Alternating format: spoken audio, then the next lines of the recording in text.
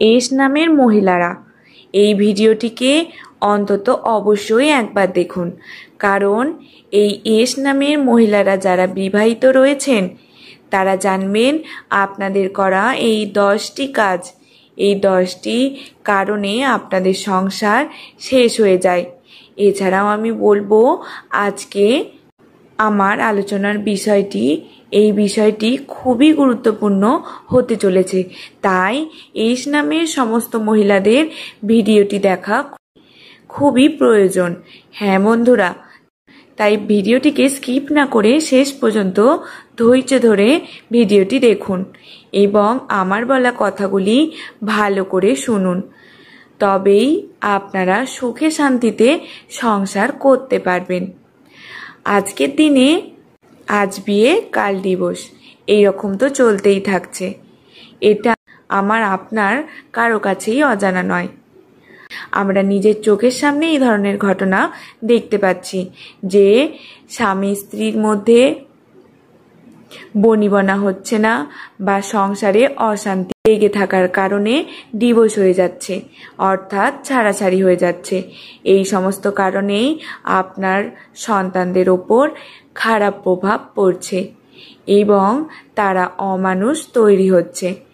সব থেকে বড় কথা, এই করেই সংসারগুলি ধ্বংস হয়ে যাচ্ছে। তাই নিজের সংসারটিকে টিকিয়ে রাখতে, নিজের সংসারে সুখ সমৃদ্ধি বৃদ্ধি করতে এই ভিডিওটি সম্পূর্ণ দেখে তথ্যগুলো জানুন, যে 10টি কারণে আপনাদের সংসার শেষ হয়ে যায়। নমস্কার দর্শক বন্ধুরা, আরও একবার স্বাগত জানাচ্ছি জ্যোতিষ জগৎ ইউটিউব চ্যানেলের একটি নতুন পর্বে। আশা করছি ঈশ্বরের কৃপায় সকলে ভালো আছেন, সুস্থ আছেন। ভিডিওটি যদি ভালো লাগে অবশ্যই চ্যানেলটিকে সাবস্ক্রাইব করবেন এবং একটি লাইক করে দেবেন, এবং আপনার কোনো বন্ধু বান্ধব বা আত্মীয় স্বজন যদি এই এস নামের মহিলা হয়ে থাকেন বা জাতিকা হয়ে থাকেন তাকে অবশ্যই এই ভিডিওটি শেয়ার করবেন। আশা করছি ভিডিওটি দ্বারা উপকৃত হবে। এস নামের মহিলাদের নানান কাজের জন্য তাদের স্বামীদের আয় উন্নতি হয় না। এটা শুধু এস নামের মেয়েদেরকেই বলছি না, বলতে গেলে সমস্ত বিবাহিত মহিলাদের প্রত্যেকের ক্ষেত্রে এটা প্রযোজ্য। হ্যাঁ বন্ধুরা, আপনারা একটি ভুল কাজ, আপনার স্বামীর শুধুমাত্র আয় অবনতি নয়, তার বিভিন্ন কিছু হ্রাস পাচ্ছে, তাই এই ভুলগুলি করবেন না। বাড়ির মেয়েদেরকে বা মহিলাদেরকে মা লক্ষ্মীর স্বরূপা বলে মনে করা হয়। মহিলারা যদি চান যে সেই গৃহকে স্বর্গ বানিয়ে রাখতে পারে, আর যদি না চান তাহলে ভুল কাজের দ্বারা সেই গৃহকে নরকেও পরিণত করতে পারে। কথায় আছে, সংসার সুখের হয় রমণীর গুণে। আর একটা সংসারকে একজন স্ত্রী পারে বেঁধে রাখতে, আর সেই সংসারে মহিলাদের গুরুত্ব বেশি।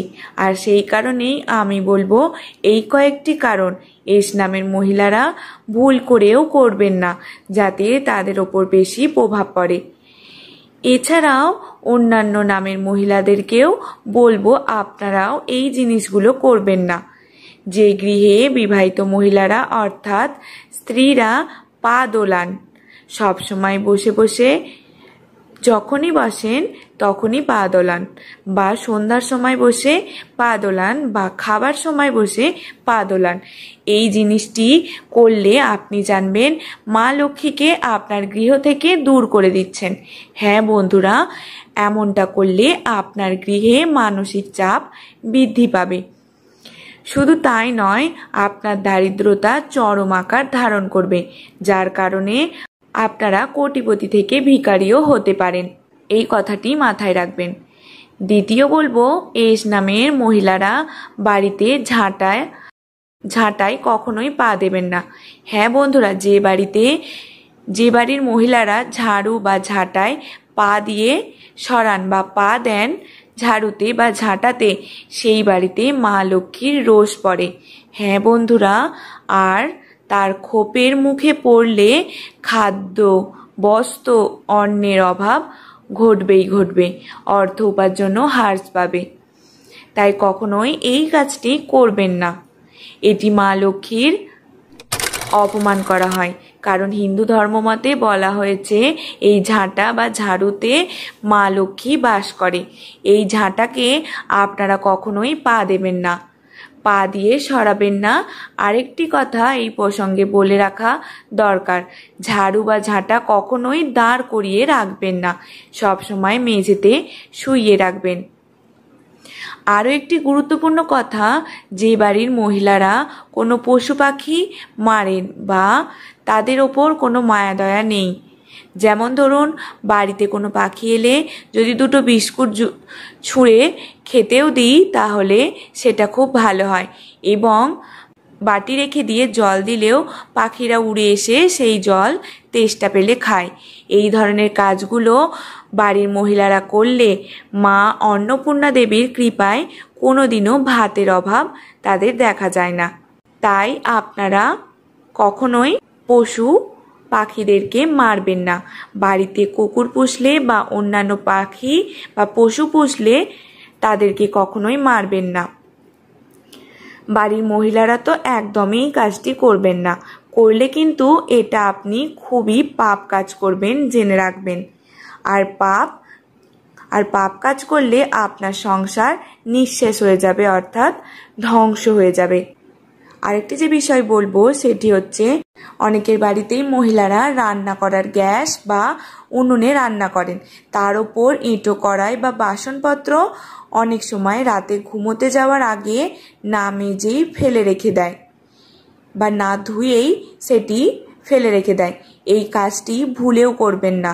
যে গৃহে এই কাজটি করা হয় সেই গৃহে কখনোই অন্নপূর্ণা দেবী বাস করেন না। তো দর্শক বন্ধুরা, আশা করি আমার বলা প্রতিটি কথা আপনারা বুঝতে পারলেন। তো এই ইসলামের জাতিকারা যারা আছেন কখনোই এই কাজগুলি করবেন না, তাহলে দেখবেন আপনাদের সংসারে কোনো সমস্যা আসবে না, আর্থিক দিক থেকেও কোনো সমস্যা আসবে না। যদি ভিডিওটি ভালো লেগে থাকে অবশ্যই চ্যানেলটিকে সাবস্ক্রাইব করবেন এবং পাশে থাকবেন। ধন্যবাদ আমার এই পুরো ভিডিওটি দেখার জন্য। সকলে ভালো থাকবেন, সুস্থ থাকবেন।